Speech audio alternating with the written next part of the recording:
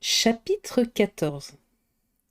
Stapi est une bourgade formée d'une trentaine de huttes et bâtie en pleine lave sous les rayons du soleil réfléchis par le volcan. Elle s'étend au fond d'un petit fjord encaissé dans une muraille du plus étrange effet. On sait que le basalte est une roche brune d'origine ignée. Elle affecte des formes régulières qui surprennent par leur disposition. Ici, la nature procède géométriquement et travaille à la manière humaine, comme si elle eût manié l'équerre, le compas et le fil à plomb.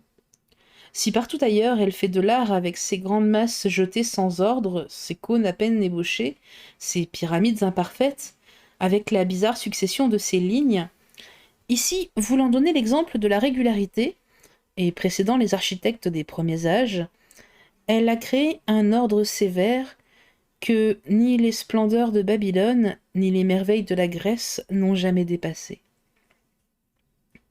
J'avais bien entendu parler de la chaussée d'Augean en Irlande et de la grotte de Fingal dans l'une des Hébrides, mais le spectacle d'une substruction basaltique ne s'était pas encore offert à mes regards. Or, à Stapi, ce phénomène apparaissait dans toute sa beauté. La muraille du fjord, comme toute la côte de la presqu'île, se composait d'une suite de colonnes verticales, hautes de 30 pieds. Ces fûts droits et d'une proportion pure supportaient une archivolte faite de colonnes horizontales dont le surplombement formait demi-voûte au-dessus de la mer. À de certains intervalles, et sous cet impluvium naturel, l'œil surprenait des ouvertures ogivales d'un dessin admirable, à travers lesquelles les flots du large venaient se précipiter en écumant. Quelques tronçons de basalte arrachés par les fureurs de l'océan s'allongeaient sur le sol comme les débris d'un temple antique, ruines éternellement jeunes, sur lesquelles passaient les siècles sans les entamer. Telle était la dernière étape de notre voyage terrestre. Hans nous y avait conduits avec intelligence, et je me rassurais un peu en songeant qu'il devait nous accompagner encore. En arrivant à la porte de la maison du recteur, simple cabane basse, ni plus belle, ni plus confortable que ses voisines, je vis un homme en train de ferrer un cheval, le marteau à la main et le tablier de cuir au rein. Saelle vertu, dit le chasseur. Kottag, répondit le maréchal Ferrand en parfait danois. Kierkegaard fit Hans en se retournant vers mon oncle. Le recteur, répéta ce dernier. Il paraît, Axel, que ce brave homme est le recteur. Pendant ce temps, le guide mettait le Kierkegaard au courant de la situation. Celui-ci, suspendant son travail, poussa une sorte de cri en usage sans doute entre chevaux et maquignons, et aussitôt une grande mégère sortit de la cabane. Si elle ne mesurait pas 6 pieds de haut, il ne s'en fallait guère. Je craignais qu'elle ne vînt offrir aux voyageurs le baiser islandais, mais il n'en fut rien, et même elle mit assez peu de bonne grâce à nous introduire dans sa maison. La chambre des étrangers me parut être la plus mauvaise du presbytère, étroite, sale et infecte. Il fallut s'en contenter. Le recteur ne semblait pas pratiquer l'hospitalité antique, loin de là. Avant la fin du jour, je vis que nous avions affaire à un forgeron, à un pêcheur, à un chasseur, à un charpentier, et pas du tout à un ministre du Seigneur. Nous étions en semaine, il est vrai. Peut-être se rattrapait-il le dimanche. Je ne veux pas dire du mal de ces pauvres prêtres qui, après tout, sont fort misérables. Ils reçoivent du gouvernement danois un traitement ridicule et perçoivent le quart de la dîme de leur paroisse, ce qui ne fait pas une somme de 60 marcs courants. De là, nécessité de travailler pour vivre. Mais à pêcher, à chasser, à ferrer des chevaux, on finit par prendre les manières, le ton et les mœurs des chasseurs, des pêcheurs et autres gens un peu rudes. Le soir même, je m'aperçus que notre hôte ne comptait pas la sobriété au nombre de ses vertus. Mon oncle comprit très vite à quel gendarme il avait affaire. Au lieu d'un brave et digne savant, il trouvait un paysan lourd et grossier. Il résolut donc de commencer au plus tôt sa grande expédition et de quitter cette cure peu hospitalière. Il ne regardait pas à ses fatigues et résolut d'aller passer quelques jours dans la montagne. Les préparatifs du départ furent donc faits dès le lendemain de notre arrivée à Stapi. Hans loua les services de 3 Islandais pour remplacer les chevaux dans le transport des bagages, Mais une fois arrivés au fond du cratère, ces indigènes devraient rebousser chemin et nous abandonner à nous-mêmes. Ce point fut parfaitement arrêté.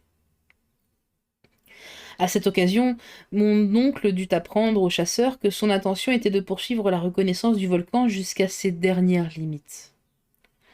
Hans se contenta d'incliner la tête, aller là ou ailleurs, s'enfoncer dans les entrailles de son île ou la parcourir, il n'y voyait aucune différence. Quant à moi, distrait jusqu'alors par les incidents du voyage, j'avais un peu oublié l'avenir, mais maintenant je sentais l'émotion me reprendre de plus belle. Qu'y faire? Si j'avais pu tenter de résister au professeur Lidenbrock, c'était à Hambourg, et non au pied du Sneffels.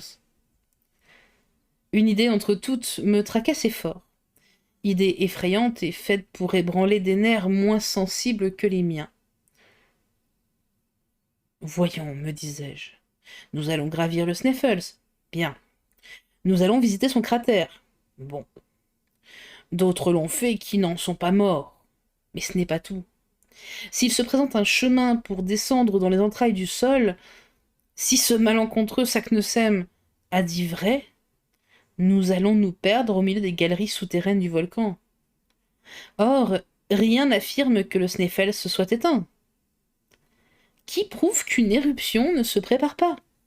De ce que le monstre dort depuis 1229, s'enquit-il qu'il ne puisse se réveiller? Et s'il se réveille, qu'est-ce que nous deviendrons? Cela demandait la peine d'y réfléchir, et j'y réfléchissais. Je ne pouvais dormir sans rêver d'éruption. Or, le rôle de Scorie me paraissait assez brutal à jouer. Enfin, je n'y tins plus.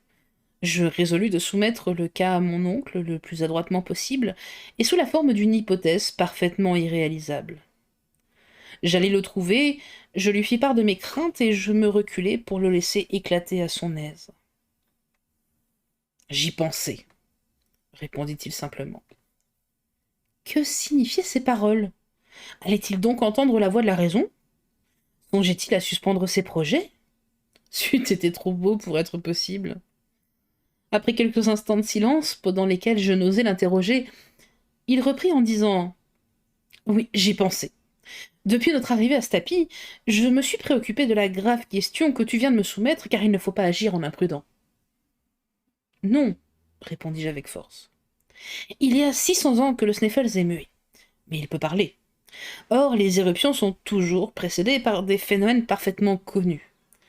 J'ai donc interrogé les habitants du pays, j'ai étudié le sol, et je puis te le dire, Axel, il n'y aura pas d'éruption. » À cette affirmation, je restai stupéfait, et je ne pus répliquer. « Tu doutes de mes paroles ?» dit mon oncle. « Eh bien, suis-moi. » J'obéis machinalement. En sortant du presbytère, le professeur prit un chemin direct qui, par une ouverture de la muraille basaltique, s'éloignait de la mer. Bientôt nous étions en rase campagne, si l'on peut donner ce nom à un amoncellement immense de déjections volcaniques. Le pays paraissait comme écrasé sous une pluie de pierres énormes, de trappes, de basalte, de granit et de toutes les roches pyroxéniques. Je voyais ça et là des fumerolles monter dans les airs. Ces vapeurs blanches nommées reikir en langue islandaise venaient des sources thermales et elles indiquaient par leur violence l'activité volcanique du sol. Cela me paraissait justifier mes craintes. Aussi je tombai de mon haut quand mon oncle me dit « Tu vois toutes ces fumées, Axel ? Eh bien, elles prouvent que nous n'avons rien à redouter des fureurs du volcan. »« Ça par exemple, m'écriai-je. »« Retiens bien ceci, reprit le professeur. Aux approches d'une éruption, ces fumerolles redoublent d'activité pour disparaître complètement pendant la durée du phénomène, car les fluides élastiques, n'ayant plus la tension nécessaire, prennent le chemin des cratères au lieu d'échapper à travers les fissures du globe. Si donc ces vapeurs se maintiennent dans leur état habituel, si leur énergie ne s'accroît pas, si tu ajoutes à cette observation que le vent, la pluie ne sont pas remplacés par un air lourd et calme, tu peux affirmer qu'il n'y aura pas d'éruption prochaine. Mais assez. Quand la science a prononcé, il n'y a plus qu'à se taire. Je revins à la cure l'oreille basse. Mon oncle m'avait battu avec des arguments scientifiques. Cependant, j'avais encore un espoir. C'est qu'une fois arrivé au fond du cratère, il serait impossible, faute de galerie, de descendre plus profondément. Et cela en dépit de tous les Saknussemm du monde. Je passai la nuit suivante en plein cauchemar au milieu d'un volcan et des profondeurs de la Terre. Je me sentis lancé dans les espaces planétaires sous la forme de roches éruptives. Le lendemain, 23 juin, Hans nous attendait avec ses compagnons chargés de vivres, des outils et des instruments. 2 bâtons ferrés, 2 fusils, 2 cartouchières étaient réservés à mon oncle et à moi. Hans, en homme de précaution, avait ajouté à nos bagages une outre pleine qui, jointe à nos gourdes, nous assurait de l'eau pour 8 jours. Il était 9 heures du matin, le recteur et sa haute mégère attendaient devant la porte. Il voulait sans doute nous adresser l'adieu suprême de l'hôte aux voyageurs, mais cet adieu prit la forme inattendue d'une note formidable, où l'on comptait jusqu'à l'air de la maison pastorale, air infect j'ose le dire. Ce digne couple nous rançonnait comme un aubergiste suisse et portait à un beau prix son hospitalité parfaite. Et surtout surfaite. Mon oncle paya sans marchander. Un homme qui partait pour le centre de la terre ne regardait pas à quelques Rixdale.